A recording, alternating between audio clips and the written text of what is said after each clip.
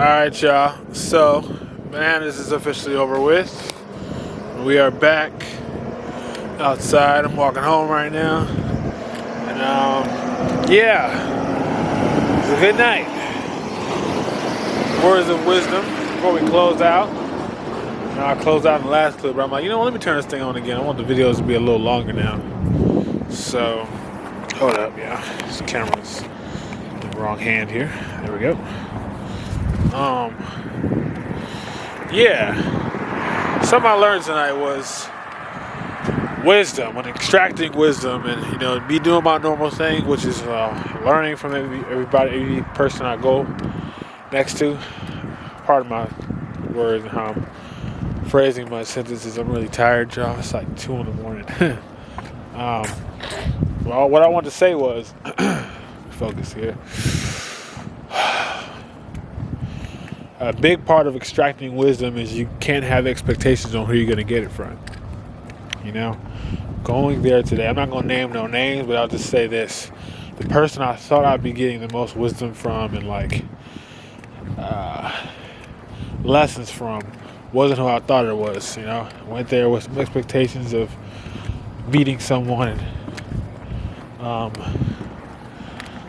and talking to this person and really building with it, but it ended up being a random person on the sidelines, that I ended up building with and had a deeper connection with than the person I actually wanted to meet.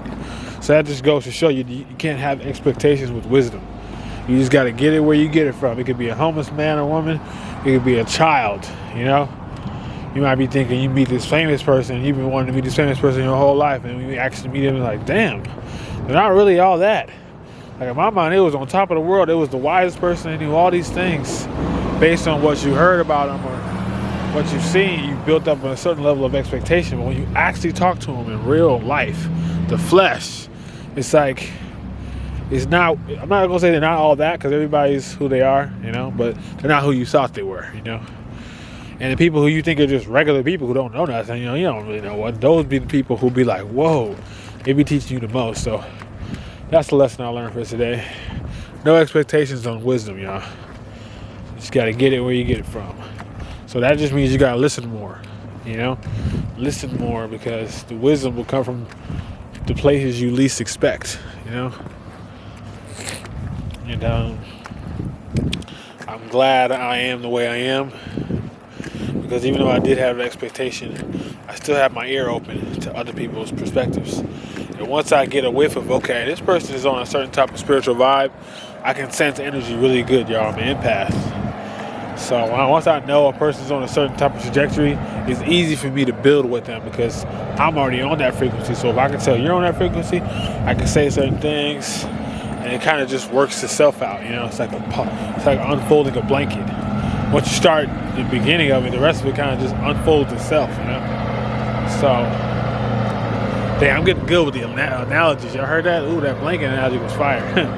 I've been working on my analogies. If you haven't noticed, I've been working on those. As a 5%er, when you explain things, you're supposed to explain things in their most basic terms. Meaning, you're supposed to be able to say things like analogies and terms that people understand when you explain something. You can't just say this high science, high mathematical thing all the time and expect people to get it. That's not the purpose of teaching. When you teach somebody, you got to not stoop to their level, but say things that they understand. The whole point of giving people knowledge is for them to understand. It's not just it just sounds smart, So with the knowledge you have to use your wisdom to explain it properly for someone to understand. That's the whole purpose of knowledge, wisdom, and understanding. You're not just talking,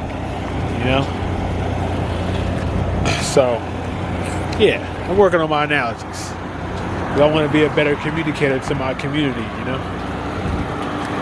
It's my job to teach, which I know it is. My job to teach y'all and the people around me, So it's prevalent that I do that. Very important that I use analogies to things that people understand. That's why it's very important to be relatable, y'all. You don't want to be foreign to everything, foreign to certain concepts, just so you can be, the cool outcast. I feel like it's a cool thing to be different than everybody else nowadays. And it's like, to a degree, yeah, you don't want to be a sheep. You don't want to be with the crowd all the time because you're not a self-thinker. But at the same time, you need to know what the crowd knows too to help them out, you know? If you're completely detached from the community, then how can you help the community? It's like backwards thinking. You'll be like, oh, I left the community, man. I can't deal with that. I'm like, how are you supposed to help it if you just left it? It don't make no sense. That's why I respect people and artists who, even if they quote unquote physically left, they're still helping through their words and wisdom. You know, their songs and the way they carry themselves is meant to uplift the same community they quote unquote left. You know, so in a way they never left because their spirit is still there. Even the people who have passed on, like Nipsey, his music will forever help his community. That's what you call knowledge, wisdom, and understanding right there, you know? That's what I'm trying to do. Like, I'm going to create a legacy so strong to where even after I pass away 100 years from now, I'll still be helping my community, you know? That's the path. That's the goal, you know? And it started with just a book, but that's not where it's going to end. The book is just the beginning, you know? That's just a solidifier for people who want to read, people who want to just start the journey. It's going to be much more than that when I'm done. But anyway, enough about just me. It's about y'all too. Had a good time at Bananas. Got my Clocksyn shoes. Having a good old time. Making a big transition in season 8 of my life. I'm slowly adjusting to the new climate of season 8. I told you on the other video, I was on the bottom floor of it, right? Hold up, let me get this camera right before it falls out of my hand. Ooh. Hold on.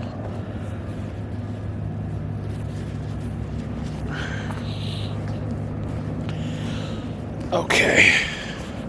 Yeah, I told you I was adjusting to the new climate of season 8 because I was at the bottom floor. I feel like I'm still at the bottom, but like I just started stepping up the stairs, you know? Like there's like a few floors on season 8. And I just started climbing up the stairs, like one step at a time. So I'm not at the floor anymore. I started stepping. And once I get to the second floor, it's going to be great, but I ain't there yet. I just started taking a few steps, which is good. So if I can, as I keep this momentum, I got to cut them negative words out, you know. As I keep, not what if or when. As I keep this momentum up, y'all will see the changes slowly but surely. So I'm excited for that. What else did I have to say? I got a long walk home, so I might as well keep the camera on and chop it up with y'all. I got my battery life and storage, so we don't have to stop recording. We can keep chopping it up. This will be a long bonus episode. I believe this is episode 26 of Clocksyn Walks, which is cool. I think I might make this the season finale of season 1. And then kind of like make a season 2 or something, because I've had a lot of episodes. What y'all think? Should I just keep going with the episodes 26, 27 and just keep going, or should I do like a season 2 of Clocksyn Walks? I don't know, y'all let me know. I feel like I just want to keep going with the episodes. I just get up to like episode 100, you know, Clocksyn Walks episode 100. Woo! Where will I be then? And then 200 and so, you know. I got 2 new series now, though, y'all, because I have Clocksyn Walks and now I have Clocksyn Plays. Let me know what y'all think about that episode.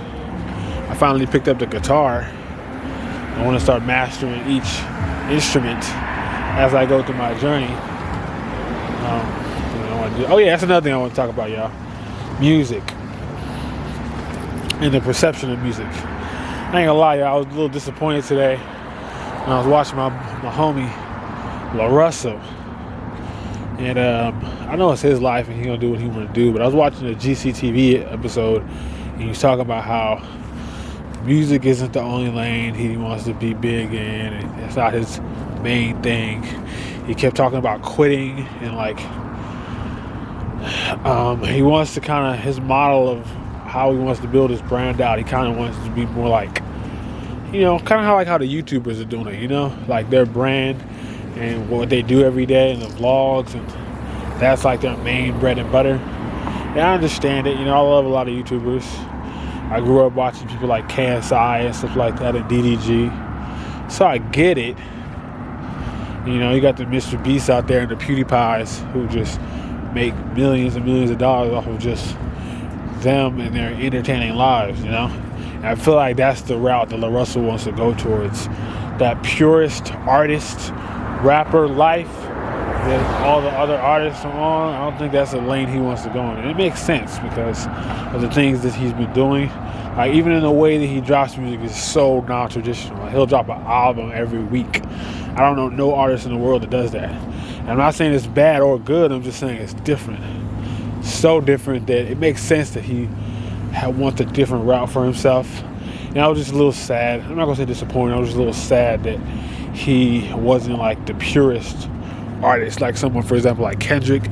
You know how he says, like, I love this so much I can't even explain it. And I want to make, like, music that's good over and over again every time. Like, that's a person that's completely committed to the craft. And his main thing overall is music. You know? That is his life forever, for as long as he lives. Everybody's going to know Kendrick as an artist. Even if he does other things, like with clothing and other stuff. Kendrick's main thing is art. Oh, man. Chop that out. But yeah. Kendrick's main thing is art. So for La Russell to not say that, for La Russell to say that, like, I don't mind quitting rap in a few years. Like, he keeps saying 2026 might be his last run. And I don't know if it's gonna happen. You know, he might just be like, forget it, y'all. I'm gonna keep going. The bigger he gets, because he's about to go on this T-Pain tour soon, so maybe that might change his mind. I don't know, but I'm just saying it from my perspective.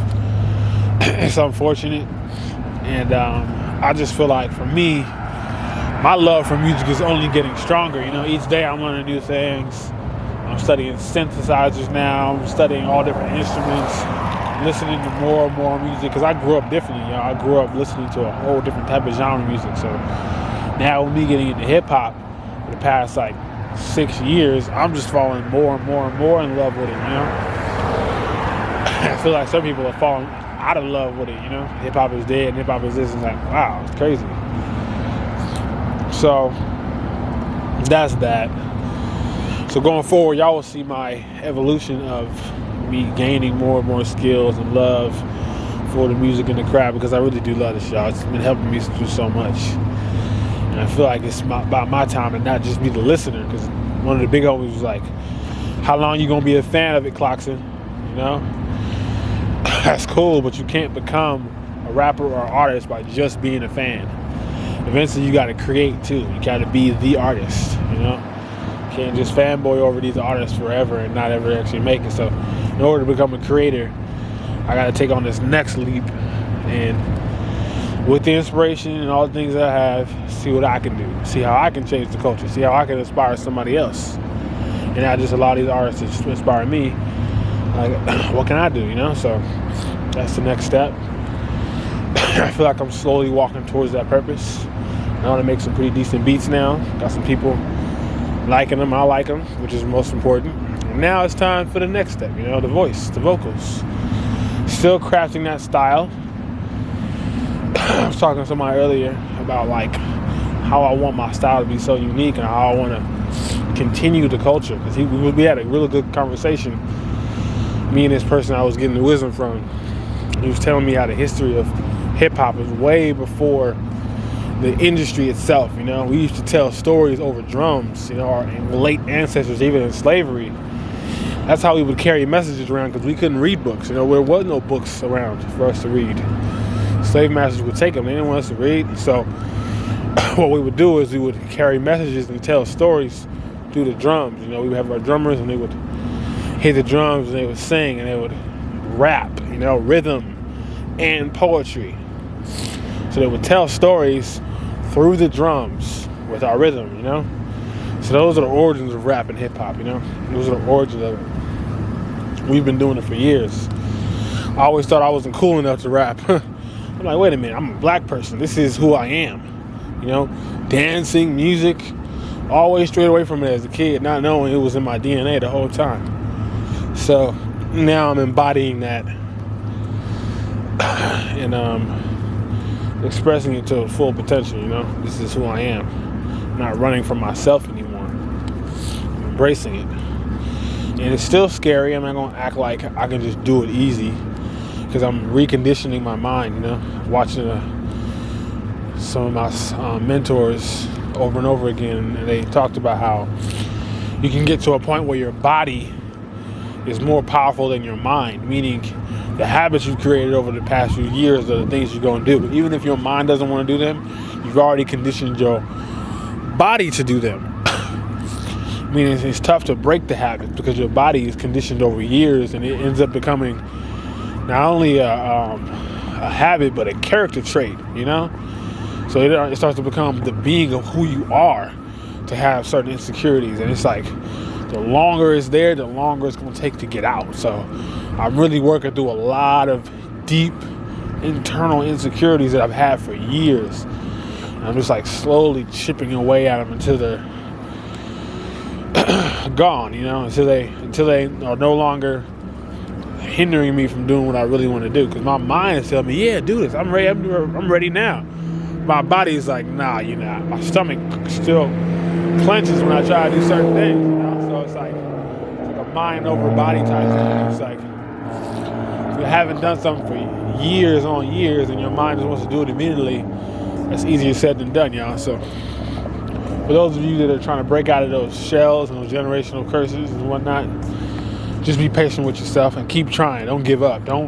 If you've been trying for a whole year and you're still not there, that don't mean to give up, because the thing you're dealing with might have taken years to be put in place. It might have taken you a good 3 years to slowly be conditioned to close your heart away or close things off.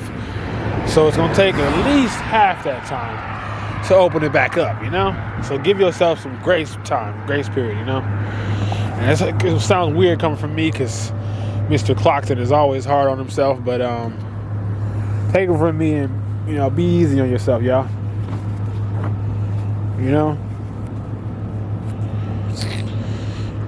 Be easy on yourself when it comes to growth, because a lot of people aren't even trying out here. So if you're trying, pat yourself on the back, and giving yourself a gratitude is actually going to help you to heal those wounds even faster, y'all. Believe it or not, usually the opposites of what you want to do helps you even more. Like I was trying to freestyle earlier, right? And I was like, damn, every time I try to think of something, it won't come out. Like, damn, I'm trying to think of a rhyme. Like I'm walking with a tree and nothing's happening, y'all. It's like, dang, how come I can't find this rhyme? Beats playing, I'm thinking of a million different scenarios. I'm like, maybe I just don't got it. And then out of nowhere, I just like, you know what? What if I just keep talking? I'm like, huh? One side of my mind is like, what? And I was like, I'm just going to tell myself, what if I just keep talking? Even if I don't rhyme, I'm just going to keep talking over the beat. And just talk. There's no one here to judge me. Let me just talk over the beat. Like I'm regularly talking. And I'm like, well, okay, I guess I'll do that. So I started talking. I'm just walking around, looking around, chilling. And I just started saying stuff like, I'm walking home, looking at the buildings, seeing all the ceilings, walking with the trees, looking at me. I'm like, whoa, wait a minute, I'm rhyming. Whoa, what? So it started happening. It was still corny to me.